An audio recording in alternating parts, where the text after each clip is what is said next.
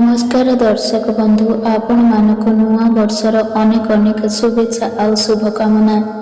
दर्शक बंधु जदि आपण माने नुआ वर्ष दिन एही उपायटी को करि नेउछंती तेबे निश्चित भावरे आपण माने माँ लक्ष्मीकर कृपा आउ आशीर्वाद प्राप्त करिवे एवं आपण मानकर दारिद्रता मध्य सबुदिनक पई नाश होइजिव।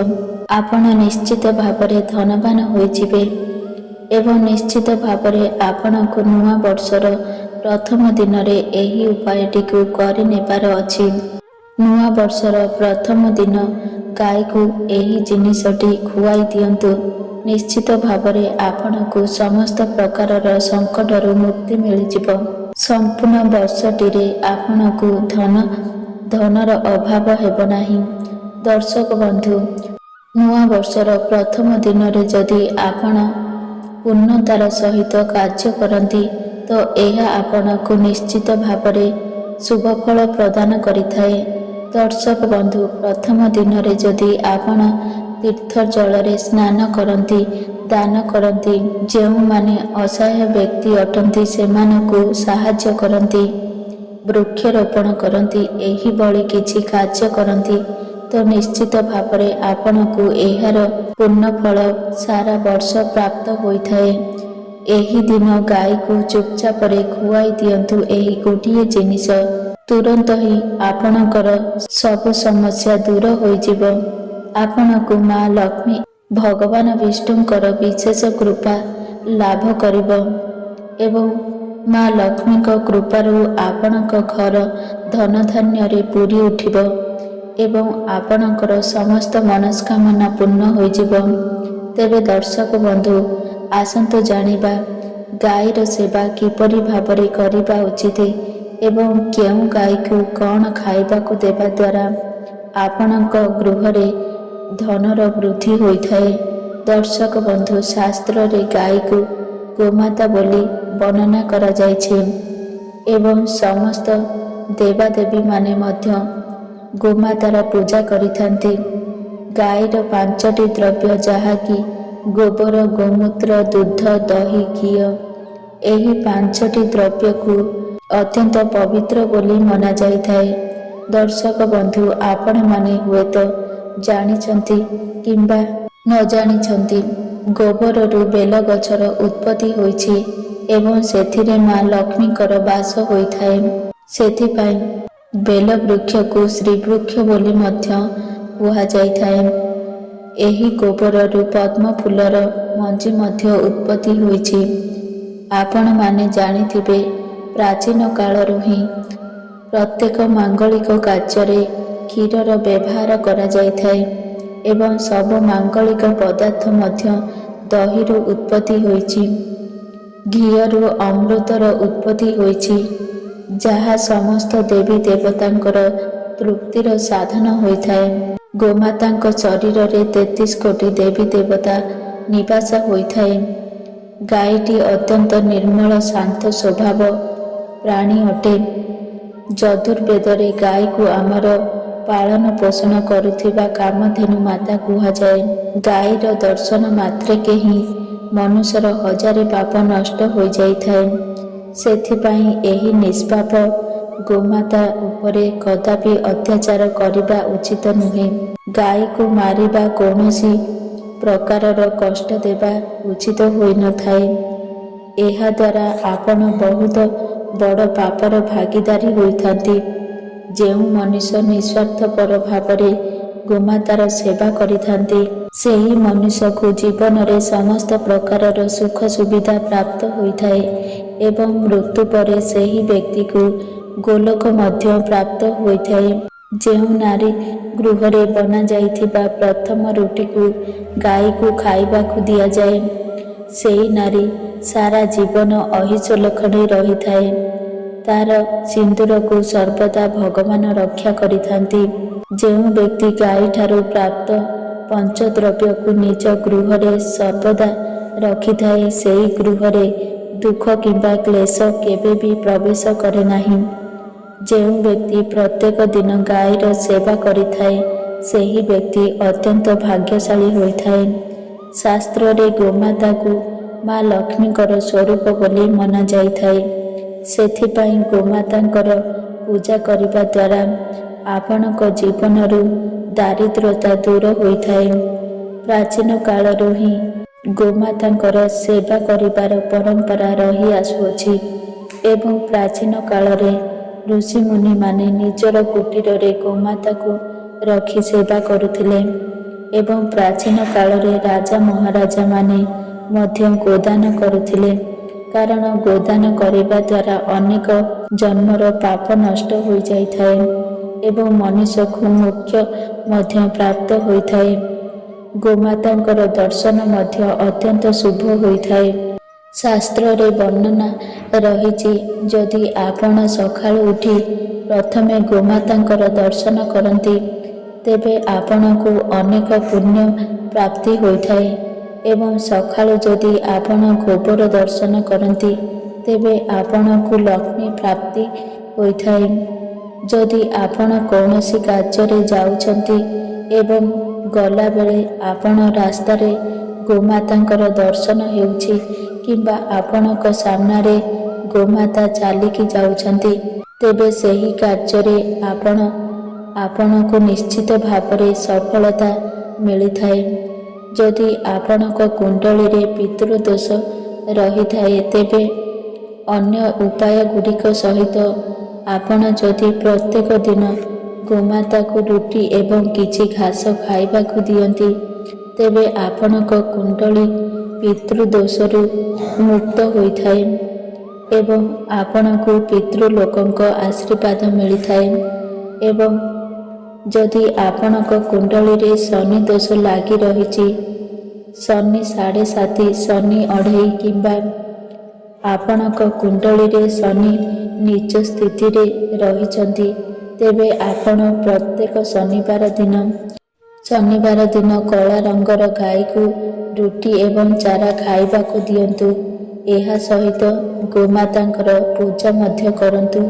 ଏପରି କରିବା ଦ୍ୱାରା ଆପଣଙ୍କୁ ଶନି ଦୋଷରୁ ମୁକ୍ତି ମିଳିଥାଏ। ଦର୍ଶକ ବନ୍ଧୁ, ଯଦି ଆପଣଙ୍କ କୁଣ୍ଡଳୀରେ ଶୁକ୍ର ଗ୍ରହର ସ୍ଥିତି ଦୁର୍ବଳ ରହିଥାଏ ତେବେ ଶୁକ୍ର ଗ୍ରହର ସ୍ଥିତିକୁ ମଜବୁତ କରିବା ପାଇଁ ଆପଣ ପ୍ରତ୍ୟେକ ଦିନ ଧଳା ରଙ୍ଗର ଗାଈକୁ ସକାଳେ ପ୍ରସ୍ତୁତ କରାଯାଇଥିବା ରୁଟି ଖାଇବାକୁ ଦିଅନ୍ତୁ। ଏପରି କରିବା ଦ୍ୱାରା ଆପଣଙ୍କ କୁଣ୍ଡଳୀରେ ଶୁକ୍ର ଗ୍ରହର ସ୍ଥିତି ମଜବୁତ ହୋଇଥାଏ ଏବଂ ଯଦି ଆପଣଙ୍କ କୁଣ୍ଡଳୀରେ ବୁଧ ଗ୍ରହର ସ୍ଥିତି ଖରାପ ରହିଛି କିମ୍ବା ଦୁର୍ବଳ ଅବସ୍ଥାରେ ରହିଛନ୍ତି ତେବେ ଆପଣ ପ୍ରତ୍ୟେକ ବୁଧବାର ଦିନ ସବୁଜ ଚାରା ଖାଇବାକୁ ଦିଅନ୍ତୁ। ଏପରି କରିବା ଦ୍ୱାରା ଆପଣଙ୍କ କୁଣ୍ଡଳୀରେ ବୁଧ ଗ୍ରହର ସ୍ଥିତି ଠିକ୍ ହୋଇଯାଇଥାଏ। ଯଦି ଆପଣଙ୍କ କୁଣ୍ଡଳୀରେ ମଙ୍ଗଳ ଗ୍ରହର ସ୍ଥିତି ଖରାପ ରହିଛି, ଏହି କାରଣରୁ ଆପଣ ଅନେକ ଗୁଡ଼ିଏ ସମସ୍ୟାର ସମ୍ମୁଖୀନ ହେବାକୁ ପଡ଼ୁଛି, ତେବେ ଆପଣ ଲାଲ ରଙ୍ଗର ଗାଈର ସେବା କରନ୍ତୁ। ବିଶେଷ କରି ମଙ୍ଗଳବାର ଦିନ ବିଶେଷ ରୀତିରେ ଗୋଟେ ଲାଲ ରଙ୍ଗର ଗାଈର ଆପଣ ସେବା କରନ୍ତୁ ଏବଂ ମଙ୍ଗଳବାର ଦିନ ଲାଲ ରଙ୍ଗର ଗାଈକୁ ଗୁଡ଼ ଏବଂ ଚଣା ଖାଇବାକୁ ଦିଅନ୍ତୁ। ଏପରି କରିବା ଦ୍ୱାରା ଆପଣଙ୍କ ଜାତକରେ ମଙ୍ଗଳଙ୍କ ସ୍ଥିତି ଠିକ୍ ହୋଇଯାଇଥାଏ ଏବଂ ମଙ୍ଗଳ ଆପଣଙ୍କୁ ଶୁଭ ଫଳ ପ୍ରଦାନ କରିଥାନ୍ତି। ତେବେ ଯଦି ଆପଣଙ୍କ କୁଣ୍ଡଳୀରେ ବୃହସ୍ପତି ସ୍ଥିତି ଠିକ୍ ନଥାଏ ତେବେ ବୃହସ୍ପତି ସ୍ଥିତିକୁ ଠିକ୍ କରିବା ପାଇଁ ଆପଣ ରୁଟି ଉପରେ ଚଣା ରଖି ଗାଈକୁ ଖାଇବାକୁ ଦିଅନ୍ତୁ। ଏପରି କରିବା ଦ୍ୱାରା ଆପଣଙ୍କ କୁଣ୍ଡଳୀରେ ବୃହସ୍ପତି ସ୍ଥିତି ଠିକ୍ ହୋଇଥାଏ। ବୃହସ୍ପତିକୁ ମାଙ୍ଗଳିକ ଗ୍ରହ ବୋଲି ମଧ୍ୟ କୁହାଯାଇଥାଏ। ବୃହସ୍ପତି ଆପଣଙ୍କ ଜୀବନରେ ସମସ୍ତ ପ୍ରକାର ମାଙ୍ଗଳିକ କାର୍ଯ୍ୟ ଉପରେ ପ୍ରଭାବ ପକାଇଥାନ୍ତି। ତେଣୁ ଆପଣଙ୍କ ଜୀବନରେ ଯେଉଁ ବି ଶୁଭ ଘଟଣା ଘଟିତ ହୋଇଥାଏ କିମ୍ବା ଆପଣଙ୍କ ସନ୍ତାନମାନଙ୍କ ସହ ଜଡ଼ିତ ଘଟଣା ବୃହସ୍ପତି ସ୍ଥିତି ଉପରେ ହିଁ ନିର୍ଭର କରିଥାଏ। ତେଣୁ ବୃହସ୍ପତି କୁଣ୍ଡଳୀରେ ଭଲ ସ୍ଥିତିରେ ରହିବା ଆପଣଙ୍କ ଜୀବନ ପାଇଁ ଅତ୍ୟନ୍ତ ଗୁରୁତ୍ୱପୂର୍ଣ୍ଣ ହୋଇଥାଏ। ଦର୍ଶକ ବନ୍ଧୁ, ଆପଣଙ୍କ ଗୃହରେ ଯଦି ସଦାସର୍ବଦା କଳହ ଲାଗି ରହିଛି, ତେବେ ଆପଣ ନିଜ ଘର ଭିତରେ ଗୋବରର ଘଷି ଜଳାଇବା ଉଚିତ। ସେହି ଘଷିର ଧୂଆଁକୁ ଆପଣ ଆପଣଙ୍କର ଘରର ପ୍ରତ୍ୟେକ ରୁମ୍ରେ ବୁଲାଇ ଆଣନ୍ତୁ। ଏହାଦ୍ୱାରା ଆପଣଙ୍କ ଘରର ପ୍ରତ୍ୟେକ ନକାରାତ୍ମକ ଉର୍ଜା ଗୁଡ଼ିକ ନଷ୍ଟ ହୋଇଯାଇଥାଏ ଏବଂ ସକାରାତ୍ମକ ଉର୍ଜାର ସଞ୍ଚାର ହୋଇଥାଏ। ଗାଈର ଦୁଗ୍ଧ, ଦହି, ଘିଅ, ଗୋବର, ଗୋମୂତ୍ର ଏହି 5ଟି ଦ୍ରବ୍ୟର ମିଶ୍ରଣରେ ପଞ୍ଚଦ୍ରବ୍ୟ ବନାଯାଇଥାଏ। ଏହାକୁ ପଞ୍ଚଗବ୍ୟ ବୋଲି ମଧ୍ୟ କୁହାଯାଇଥାଏ ଏବଂ ଏହା ପାପନାଶକ ବୋଲି ମଧ୍ୟ କୁହାଯାଇଥାଏ। ଦର୍ଶକ ବନ୍ଧୁ, ଯଦି ଆପଣଙ୍କ ଦ୍ୱାରକୁ ଗୋମାତା ଆପେ ଆପେ ଆସନ୍ତି, ତେବେ ଆପଣ ତାକୁ ଖରାପ ବ୍ୟବହାର ନ ଦେଖାଇ ଆପଣ ତାକୁ କିଛି ନା କିଛି ଖାଇବାକୁ ଦିଅନ୍ତୁ। ବିଶେଷ କରି ଯଦି ପାରୁଛନ୍ତି ରୁଟି ଖାଇବାକୁ ଦିଅନ୍ତୁ। ଏପରି କରିବା ଦ୍ୱାରା ଆପଣଙ୍କୁ ସୌଭାଗ୍ୟ ପ୍ରାପ୍ତି ହୋଇଥାଏ ଏବଂ ଭୁଲରେ ମଧ୍ୟ ଆପଣ ଗାଈକୁ ଖରାପ ବ୍ୟବହାର ଦେଖାଇ ଘଉଡ଼ାନ୍ତୁ ନାହିଁ। କାରଣ ଗାଈ ଯଦି ଆପଣଙ୍କ ଘରୁ ମନ ଦୁଃଖରେ ଫେରି ଆସେ, ତେବେ ଆପଣଙ୍କ ଗୃହରୁ ମା ଲକ୍ଷ୍ମୀ ମଧ୍ୟ ଚାଲି ଆସିଥାନ୍ତି। ପ୍ରତ୍ୟେକ ଦିନ ଘରର ନାରୀମାନେ ଗାଈ ପାଇଁ ଏକ ରୁଟି ବନେଇବା ଉଚିତ ଏବଂ ସେହି ରୁଟିକୁ ଶ୍ରଦ୍ଧାପୂର୍ବକ ଗାଈକୁ ଖୁଆଇବା ଉଚିତ। ଏହାଦ୍ୱାରା ଆପଣଙ୍କୁ ଗୋମାତାଙ୍କର ଆଶୀର୍ବାଦ ପ୍ରାପ୍ତ ହୋଇଥାଏ ଏବଂ ଆପଣଙ୍କର ମନସ୍କାମନା ମଧ୍ୟ ପୂର୍ଣ୍ଣ ହୋଇଥାଏ। ମାତ୍ର କିଛି ଲୋକ ଗୋମାତାକୁ ବାସି ଖାଦ୍ୟ, ପଚାସଢ଼ା ଖାଦ୍ୟ ଏବଂ ଅଇଁଠା ଖାଦ୍ୟ ମଧ୍ୟ ଖୁଆଇ ଦେଇଥାନ୍ତି। ଏହାକୁ ଶାସ୍ତ୍ରରେ ମହାପାପ ବୋଲି ବର୍ଣ୍ଣନା କରାଯାଇଥାଏ। ଏହିସବୁ ଖାଦ୍ୟ ଅନ୍ୟ ପ୍ରାଣୀମାନଙ୍କୁ ଖାଇବାକୁ ଦେଇପାରିବେ, ମାତ୍ର ଗୋମାତାକୁ ଏହି ଖାଦ୍ୟ ଖାଇବାକୁ ଦେବା ଉଚିତ ନୁହେଁ। ଯେହେତୁ ଗାଈକୁ ଗୋମାତା ବୋଲି ମନାଯାଇଥାଏ ଏବଂ ଗୋମାତାଙ୍କ ଶରୀରରେ 33 କୋଟି ଦେବୀ ଦେବତା ବାସ କରିଥାନ୍ତି, ତେଣୁ ଗାଈକୁ ଏପରି ଖାଦ୍ୟ ଦେବାର ଅର୍ଥ 33 କୋଟି ଦେବୀ ଦେବତାମାନଙ୍କର ଅପମାନ କରିବା ସହ ସମାନ ହୋଇଥାଏ। ଆପଣ ଦେଇଥିବା ଖାଦ୍ୟ ଗୋମାତା ଭୋକ ଲାଗିବା କାରଣରୁ ଗ୍ରହଣ କରିଥାନ୍ତି, ମାତ୍ର ଖାଦ୍ୟ ଦେଇଥିବା ବ୍ୟକ୍ତିକୁ ପାପ ଲାଗିଥାଏ। ଗାଈ ଏକ ଶାକାହାରୀ ଏବଂ ପୁଣ୍ୟାତ୍ମା ପ୍ରାଣୀ ଅଟେ, ତେଣୁ ଗାଈର ଖାଦ୍ୟରେ କେବେ ବି ଆମିଷ ଦିଅନ୍ତୁ ନାହିଁ। ଆପଣ ଯଦି ଏମିତି କାର୍ଯ୍ୟ କରିଥାନ୍ତି, ତେବେ ଆପଣଙ୍କୁ ମହାପାପର ଭାଗୀଦାରୀ ହେବାକୁ ପଡ଼ିଥାଏ। ଦର୍ଶକ ବନ୍ଧୁ, ଯଦି ଆପଣଙ୍କ କୁଣ୍ଡଳୀରେ ଚନ୍ଦ୍ର ଦୋଷ ଲାଗି ରହିଛି ଏବଂ ଯେଉଁ କାରଣରୁ ଆପଣ ଅନେକ ଗୁଡ଼ିଏ ସମସ୍ୟାର ସମ୍ମୁଖୀନ ହେଉଛନ୍ତି, ତେବେ ରୁଟି ଉପରେ ଧଳା ଲହୁଣୀ, ଘିଅ ଏବଂ କିଛି ଲୁଣ ମିଶାଇ ଆପଣ ଗାଈକୁ ଖାଇବାକୁ ଦିଅନ୍ତୁ।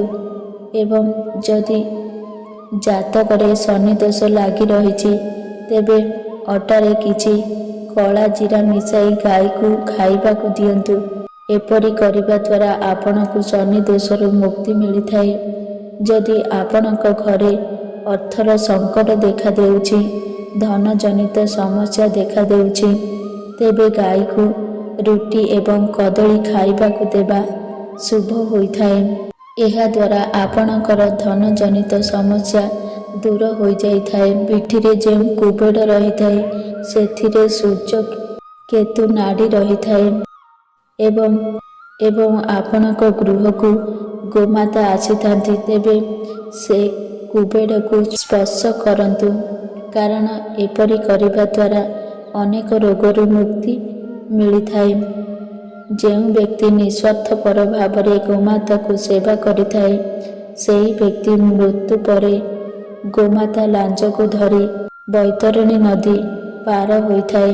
ସେହି ବ୍ୟକ୍ତିର କେବେ ବି ଅକାଳ ମୃତ୍ୟୁ ହୋଇନଥାଏ ଏବଂ ସେ ବ୍ୟକ୍ତିକୁ ସୌଭାଗ୍ୟବତୀ ପ୍ରାପ୍ତ ହୋଇଥାଏ। ଦର୍ଶକ ବନ୍ଧୁ, ଯଦି ମୋ ଭିଡ଼ିଓ ଆପଣଙ୍କୁ ପସନ୍ଦ ଆସେ, ତାହେଲେ ଭିଡ଼ିଓକୁ ଗୋଟିଏ ଲାଇକ୍ କରନ୍ତୁ ଏବଂ ଆମ ଚ୍ୟାନେଲକୁ ସବସ୍କ୍ରାଇବ୍ କରନ୍ତୁ ଏବଂ ସାଙ୍ଗମାନଙ୍କୁ ଅଧିକରୁ ଅଧିକ ସେୟାର କରନ୍ତୁ। ଏହିଭଳି ମୋଟିଭେସନ୍ ଭିଡ଼ିଓ ଦେଖିବା ପାଇଁ ଜୟ ଜଗନ୍ନାଥ।